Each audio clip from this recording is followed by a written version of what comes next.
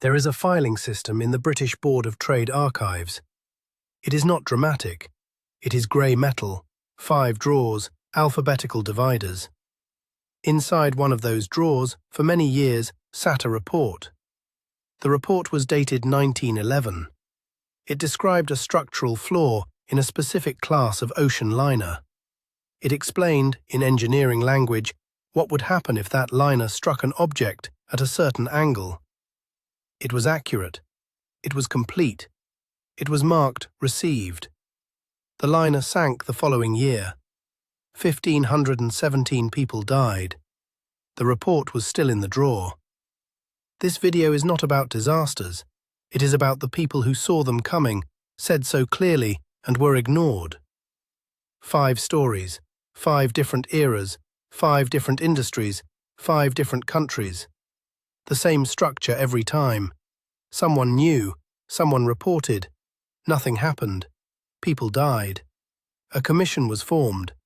The commission recommended exactly what the person had already recommended. The person was not mentioned. That is not a coincidence. That is a system working as designed. The ship was called Olympic class. The White Star Line commissioned 2 of them, then 3. Thomas Andrews was the chief designer at Harland and Wolff shipyard in Belfast. He was not a man prone to exaggeration. He had spent his career translating engineering problems into solutions and solutions into ships, and he was good at it in the way that people are good at things when they do not tolerate imprecision. He started at the shipyard as an apprentice at 16. By the time he was 40, he had designed more ocean-going vessels than most men see in a lifetime. He knew ships the way surgeons know the body, not as an abstraction, but as a system with specific points of failure. In 1911, Andrews submitted internal documentation to the White Star Line, flagging a concern about the watertight bulkhead design. The issue was architectural. The Titanic's watertight compartments did not extend to the actual ceiling of the hull. They extended to E-deck, approximately 3 meters below the waterline ceiling. If water entered a compartment, it could rise, overflow the top of the partition, and cascade into the next compartment. The ship was designed to remain afloat with 4 compartments flooded simultaneously. Andrews understood, and the documentation reflects this, that a collision along the starboard side at sufficient speed could open not 4, but 5 or 6 compartments in sequence. The overflow geometry would do the rest. He did not predict an iceberg. He described a physics problem. He described, with engineering precision, the exact physics problem that would occur on April 14, 1912, at 11:40 p.m., at 41 degrees north, 49 degrees west. White Star Line did not act on the concern. The Titanic was 2 years in construction at that point. Raising the bulkheads to the full hull height would have required redesigning significant sections of the interior, passenger cabins, service corridors, dining rooms. It would have cost money. It would have delayed the schedule. The decision was made to proceed as designed. The Titanic sailed on April 10, 1912. It was described as unsinkable in promotional materials. That phrase appeared in a White Star Line brochure. It appeared in newspaper coverage. It appeared in the public imagination until it became a kind of synonym for the ship itself. Not one engineer involved in its construction ever used the word. Andrews did not use it. The men who built the rivets did not use it. The naval architects did not use it. The word was created by the people who needed to sell tickets and maintained by the people who bought them. On the night of the collision, Andrews was on board. He was among the first to access the flooded compartments and assess the damage. He told Captain Smith within minutes that the ship would sink in approximately 2 hours. He was correct to within 20 minutes. He then spent the time before the sinking walking the ship, helping passengers find lifeboats, directing crew, and doing what could be done with the minutes remaining. Many of the lifeboats he sent away were half empty. This was not his decision. Lifeboat allocation and boarding procedure was the purview of the deck officers. Andrews had not designed the lifeboat allocation. He had designed the bulkheads. He was last seen standing alone in the first-class smoking room, staring at a painting of Plymouth Harbour on the wall. His life jacket was on the table beside him. He had not put it on. He was 39 years old. He had no children. He had been married for 4 years. The inquiry that followed the sinking, conducted on both sides of the Atlantic, produced 86 recommendations about ocean liner safety. Several concerned compartment design. Several concerned lifeboat capacity. The British inquiry ran for 36 days and heard testimony from 98 witnesses. It did not reference Andrews' 1911 internal documentation about the bulkhead design. It could not. The documentation had not been located. It was found decades later by researchers who were not looking for it. They were researching something else and found the file in a drawer. The fine levied against the White Star Line for the sinking of the Titanic was 0. There was no applicable statute that created financial liability for a corporate entity in such circumstances. There was a new statute the following year. The White Star Line's insurance covered the ship. The ship was insured for its construction cost. The 1,517 people who drowned were not a covered loss. Their families could pursue civil claims. Most of the families had no money to pursue civil claims. Several wealthy families settled. The steerage passengers, the ones in the lower decks whose exits were blocked, whose knowledge of the ship's layout was minimal, whose access to the lifeboats was delayed, their families received very little. Some received nothing. There is a village in Fukushima Prefecture called Futaba. Before March 11, 2011, approximately 7,000 people lived there. The population today is approximately 1,000, and most of them are researchers, workers, and officials managing the long decontamination. The residential streets are empty. Storefronts stand with their signs intact, selling things that no one comes to buy. The decontamination is ongoing. The timeline for full civilian return is classified as uncertain. In 1994, a seismologist at Tohoku University named Katsuhiko Ishibashi published research on what he called Genpatsu tsunami. The compound word was his invention. Genpatsu means nuclear power plant. Tsunami means tsunami. His paper described the specific vulnerability of coastal nuclear facilities to large tsunamis generated by offshore subduction zone earthquakes. He was not describing a general or theoretical risk. He was describing the configuration of the Japanese coastline, the seismicity of the Pacific Plate boundary, and the specific locations of nuclear plants built near sea level, with seawalls designed according to historical data that did not include the largest category of event these fault zones were capable of generating. He was describing Fukushima Daiichi, among others, by name. Ishibashi spent the next 17 years attempting to get his research incorporated into regulatory standards. He submitted findings to the Nuclear Safety Commission. He testified before committees. He published follow-up papers in 1997, in 2004, and in 2006 as new seismic data confirmed and refined his original models. Each paper said, with increasing specificity, here is the mechanism, here are the affected plants, here is what happens if the right earthquake occurs. In 2006, 5 years before Fukushima, Ishibashi resigned from a government nuclear safety advisory committee. He announced the resignation publicly.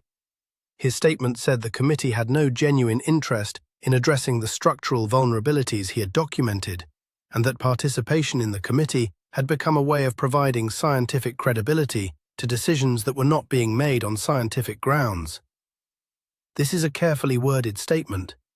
It is not the kind of statement a person makes if they want to continue working within the regulatory system. He made it anyway. The regulatory response to his 17 years of work, across multiple submissions and testimonies, was a series of studies, a number of review meetings, and a formal recommendation classified as requiring further analysis before action could be determined. The further analysis was ongoing on March 11, 2011. A magnitude 9 earthquake struck 65 miles off the Tohoku coast at 2:46 p.m. The shaking lasted 6 minutes. The Fukushima Daiichi plant was designed to withstand an 8.2. The plant's external power supply was severed. The diesel backup generators, there were 13 of them, activated automatically. This was the design working as intended. The generators ran the cooling systems. The cooling systems kept the reactor cores from overheating. The tsunami arrived 50 minutes after the earthquake.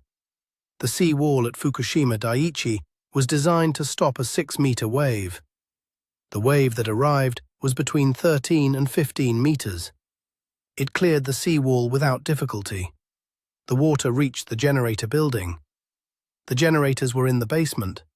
The basement flooded. All but one generator failed within the first hour. Without cooling, the fuel rods in the reactor cores began to overheat. The process is not instantaneous. It takes hours. There were hours in which people tried to find alternative water sources, tried to restore power, tried to do anything. The cores melted down over the following 3 days. Reactor 1 on March 12th, Reactor 3 on March 13th, Reactor 2 on March 15th. Hydrogen explosions damaged the outer buildings. Radioactive material was released into the air and into the water. 154,000 people were evacuated from the surrounding region within the first 2 weeks. 2,202 people died from evacuation-related causes, not from radiation directly, but from the consequences of displacement. Interrupted medical care for people who needed dialysis, for people who needed cancer treatment, for people who were elderly and frail and were moved from their homes in March with inadequate provision for where they would go or how they would be cared for. A number of them died in transit. A number died in temporary housing. The distinction between dying from radiation and dying from the evacuation required to escape radiation is a distinction that matters to statisticians. It is not a distinction that seems to matter much to the people who died. Katsuhiko Ishibashi was 80 years old when the disaster occurred. He was interviewed afterward. He said he had not wanted to be right. He said that for 17 years he had been trying to avoid being right. He said the word, quote, 3, did not apply to a situation in which being right meant that people had died. He did not appear to find the interviews useful. He answered the questions. He went home. His papers were cited extensively in the post-disaster technical analyses. His name appeared in those analyses as a source. His name did not appear in any official government statement of apology or accountability. He was not appointed to lead or advise the recovery effort. He was not compensated for 17 years of producing research that the government had paid others to not act on. There is a piece of bureaucratic language that appears in Soviet documentation so frequently that historians have given it a name. It translates roughly as __, quote _for__. It was used to describe things that were not under control. It appeared in reports about industrial accidents before the accidents were fully understood. It appeared in medical assessments before the patients were properly examined. It was used at Chernobyl on April 25, 1986, by multiple officials in the 12 hours before the situation became permanently, catastrophically, not under control. The test that night was a safety test. The specific question it was designed to answer was, if the external power supply is severed, can the turbines coast down slowly enough to provide emergency power to the cooling pumps in the 45 to 75-second gap before the diesel backup generators come online. This was a real engineering question. The reactor needed cooling water circulating through it at all times. If the cooling failed for even a short period, the core temperature would rise. The test had been attempted 3 times before, in 1982, 1984, and 1985. All 3 attempts had failed to produce conclusive results. The 1986 test was meant to finally resolve the question. The person in charge of the test that night was Anatoly Dyatlov, deputy chief engineer at the Chernobyl plant. Dyatlov was 51 years old. He had worked in nuclear energy for most of his adult life, first in the Soviet Navy's submarine reactor program, then at Chernobyl. He was known as difficult. He was known as the kind of person who did not encourage subordinates to raise concerns. His former colleagues, testifying after the disaster, used words like domineering and contemptuous of safety regulations. He denied this characterization. He maintained this denial until he died. The shift had been scheduled for April 25th. It was delayed for 9 hours because the Kiev electricity grid needed the Chernobyl plant online through the day. During this 9-hour delay, the reactor was held at partial power in a configuration that caused xenon poisoning, a buildup of a fission byproduct that absorbs neutrons and suppresses the chain reaction. When the operators finally received clearance and attempted to reduce the reactor to the required test power level, the xenon poisoning caused the power to drop far below what was needed. For a moment, it nearly went to zero. The reactor was now in a state that the operational procedures explicitly prohibited for conducting the test. The minimum power required for safe test conditions was 700 megawatts. The reactor stabilized at approximately 200. Dyatlov ordered the test to proceed anyway. He directed the operators to withdraw most of the control rods from the core to bring the power back up, also prohibited by operational procedures because the RBMK reactor type was unstable at low power levels and required the control rods as a margin of safety. The senior medical officer on duty that night was Valentin Beregovoy. His account is in the record. He was present during the later stages of the preparatory discussions. He objected. He said the reactor's thermal state was inconsistent with protocol and that proceeding with the test created conditions for an uncontrolled power excursion. He used the language of the safety protocols. He was clear. He was on record as objecting. Dyatlov overruled him.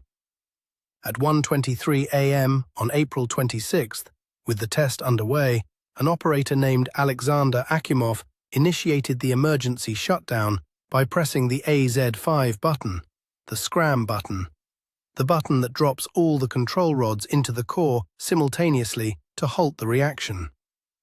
What happened next is the result of the positive void coefficient.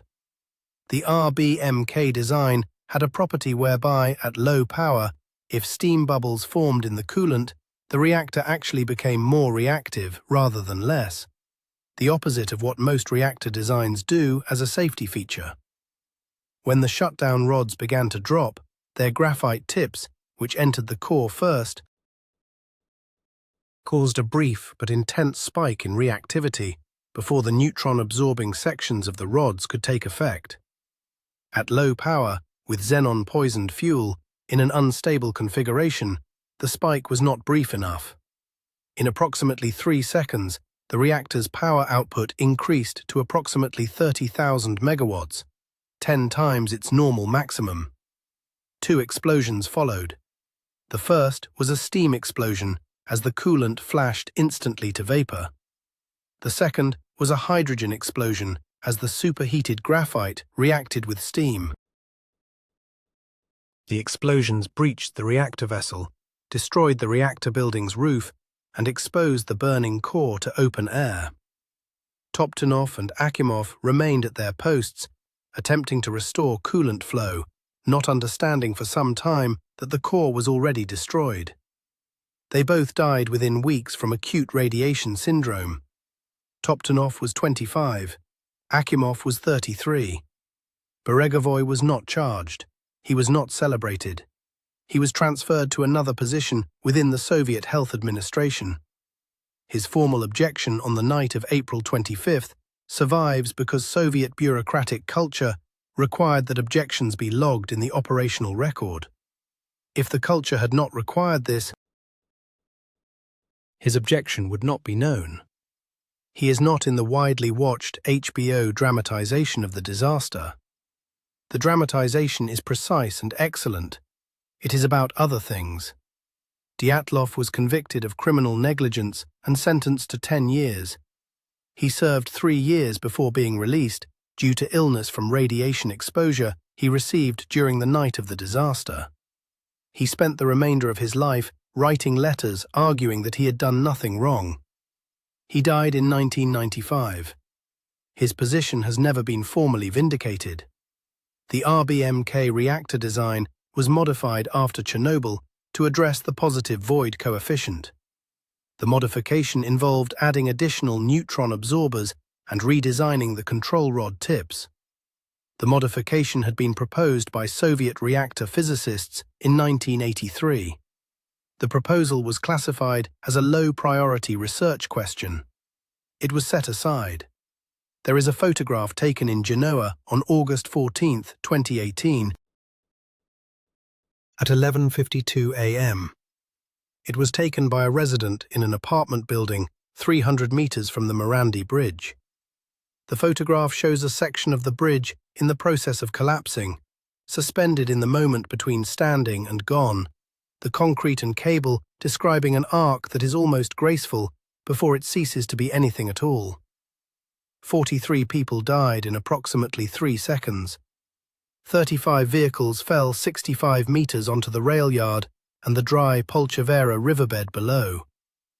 The bridge was built between 1963 and 1967. The engineer who designed it was Riccardo Morandi, a significant figure in mid-century Italian concrete engineering, known for an innovative approach to cable-stayed pre-stressed concrete that produced structures of considerable elegance. The Morandi Bridge was one of his most recognized works. It was also, by the time of its collapse, 51 years old. Operating in a coastal industrial environment that exposed its reinforced concrete to salt air and vehicle emissions continuously, carrying a traffic load that had grown well beyond what it was designed for. The A10 motorway that crossed it connected Genoa's port to the rest of the highway network. Tens of thousands of vehicles used it daily. The bridge had been the subject of concern for years. The specific engineering problem was in the stay cables, the diagonal concrete-encased cables that connected the bridge deck to the tall towers supporting it. Morandi's design was unusual in that the cables were encased in concrete rather than left exposed as bare steel. This was an aesthetic and engineering choice. Its drawback was that the condition of the steel within the concrete was very difficult to inspect. You could not see the corrosion happening. You could only infer it from surface cracking in the concrete, from load tests, from the kind of careful observation that requires sending a person physically onto the cable encasing with instruments, not driving past in a car. In 2015, engineers employed by Autostrade per l'Italia, the private company that held the concession to operate the motorway, conducted an inspection of the bridge. The inspection flagged Tower 9, the western tower, as having significant cable deterioration. The report noted corrosion that was more advanced than expected, given the bridge's maintenance history. It recommended immediate intervention. The word used in the Italian original translates as __, quote _7, __. The report was filed. The remediation was discussed. A project was developed. A contractor was identified. The work was scheduled to begin in 2019. In 2017, the bridge was inspected again. Tower 9 was flagged again. The corrosion had progressed. The language in the 2017 report was stronger than the 2015 report. The recommended intervention was described as time-sensitive. The 2019 remediation schedule was kept. In early 2018, internal engineering communications within Autostrade per l'Italia mentioned Tower 9 again. These communications, recovered during the subsequent criminal investigation, indicate that engineers within the company were aware the structural deterioration was continuing and that the 2019 timeline was not conservative. The bridge continued to carry traffic. On August 14, 2018, at 11:51 a.m., Tower 9 failed. The failure was in the stay cables. The concrete encasing had concealed the extent of the corrosion from visual inspection until the cables could no longer bear the load. The deck section fell in seconds. The youngest victim was 8 years old. He was traveling with his family. The oldest victim was 80. There were 3 children among the dead. There were truck drivers, vacationers, people going to work, people going to the beach. None of them had been told that 3 inspection reports over 3 years had flagged the tower above them as urgently requiring remediation. None of them had been given information that would have allowed them to make a different choice about which road to take that morning. After the collapse, investigators obtained Autostrade per l'Italia's internal records and discovered a substantial discrepancy between what the company had reported to the Italian government's infrastructure authority and what its own engineers had documented internally. The government had been told the bridge was in satisfactory condition. The company's engineers had been writing that it required urgent attention. This discrepancy was not the result of miscommunication between departments. Prosecutors alleged it was deliberate. The company's executives, including the chief executive and several senior managers, were charged with manslaughter, fraud in public procurement, and obstruction of justice. The trial is ongoing. The charges have not been adjudicated as of this recording. The engineer who wrote the 2015 report had retired by the time the bridge fell. He was identified during the investigation and interviewed. He confirmed the content of his recommendation. He said he had received no follow-up from the company confirming that action had been taken.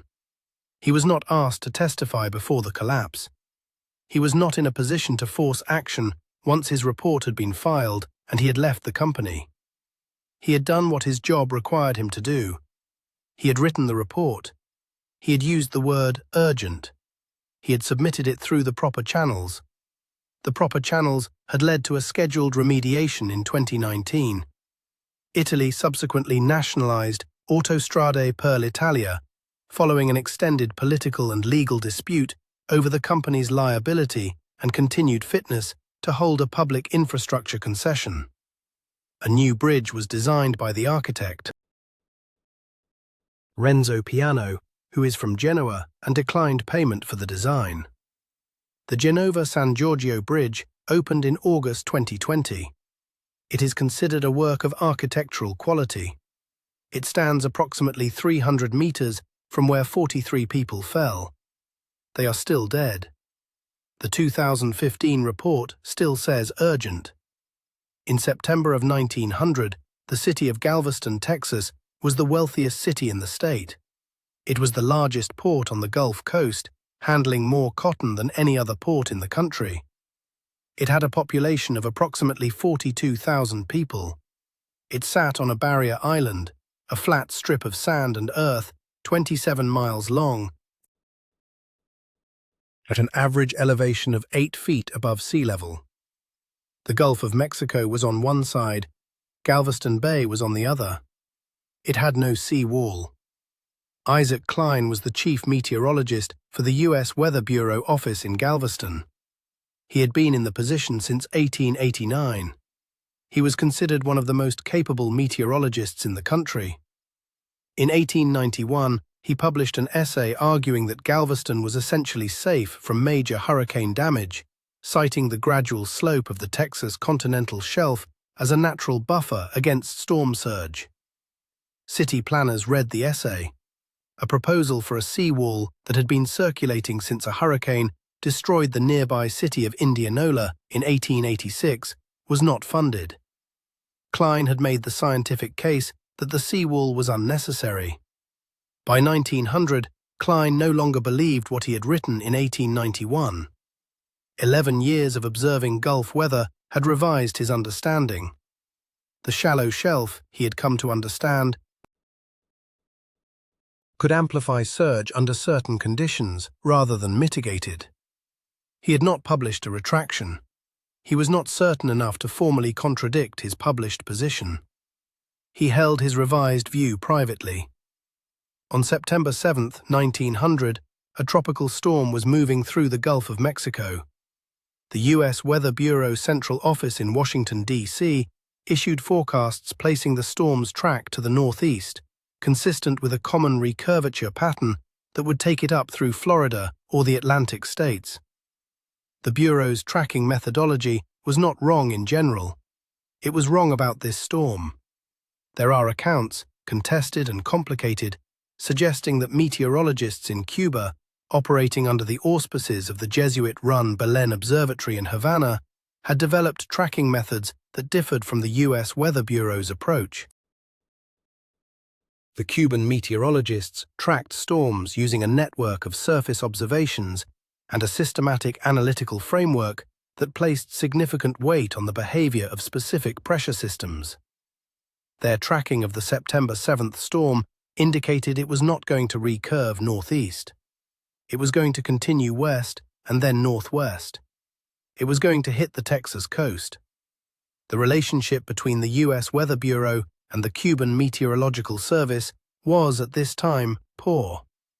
The Bureau regarded the Cuban methods as scientifically unrigorous, and the Cubans' habit of issuing warnings ahead of U.S. official forecasts as presumptuous and potentially dangerous, creating unnecessary alarm, interfering with commerce.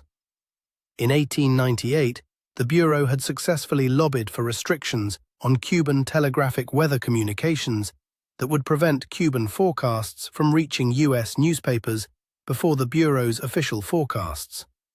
The restriction was in place in September 1900.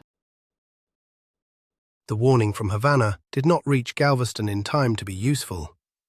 Isaac Klein, in Galveston, was watching the swell. He was watching the barometric pressure.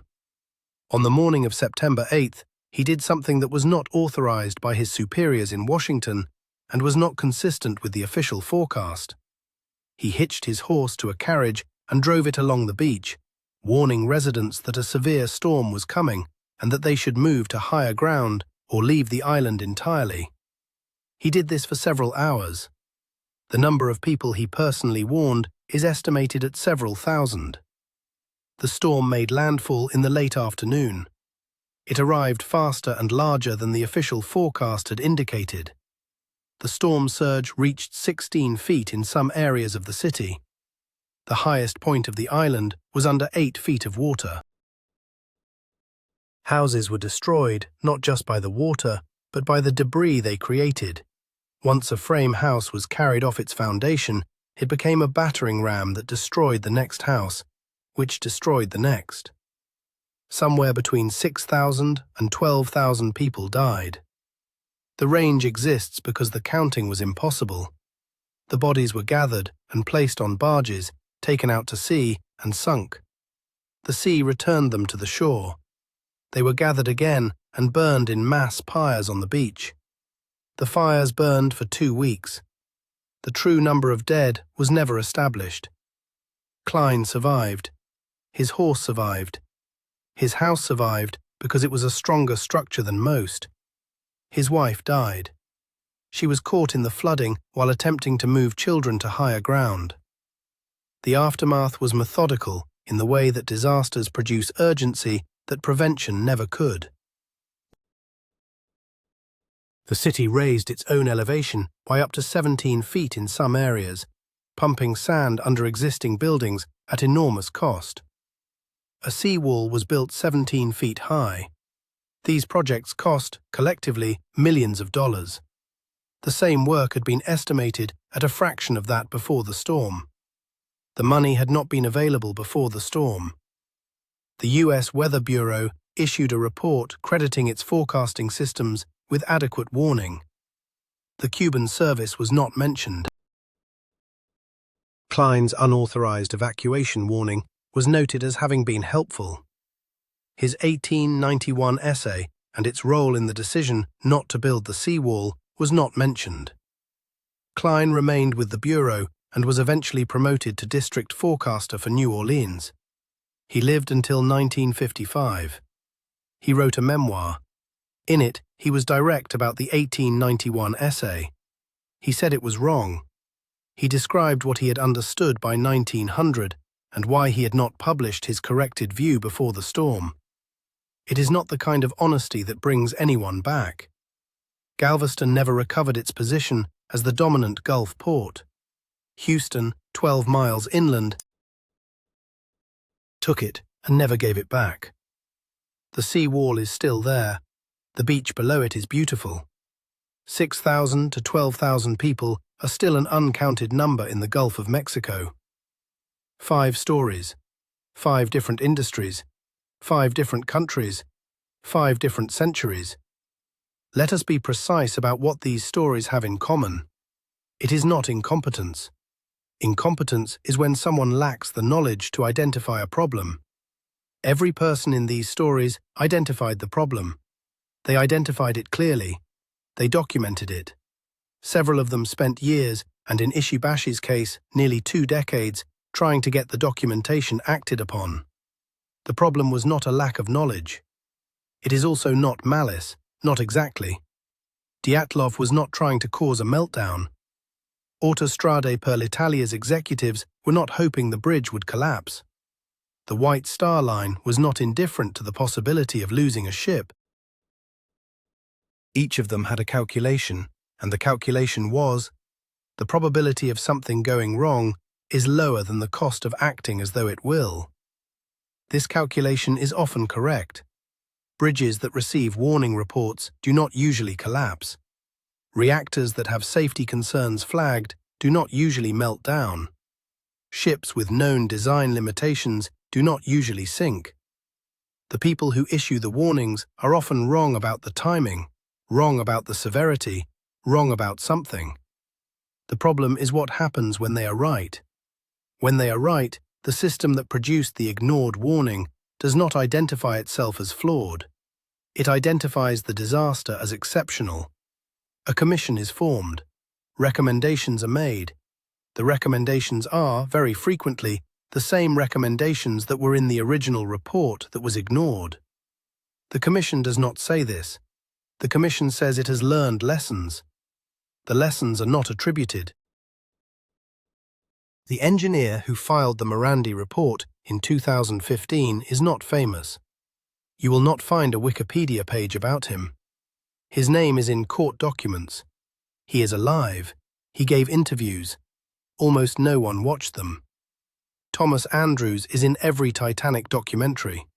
He is usually portrayed as a tragic hero who tried to warn people on the night of the sinking. He did. He is not usually portrayed as an engineer who tried to warn people the year before. There is a difference between the two.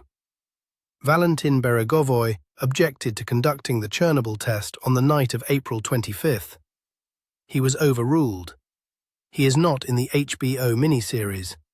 The miniseries is excellent. It is about other things.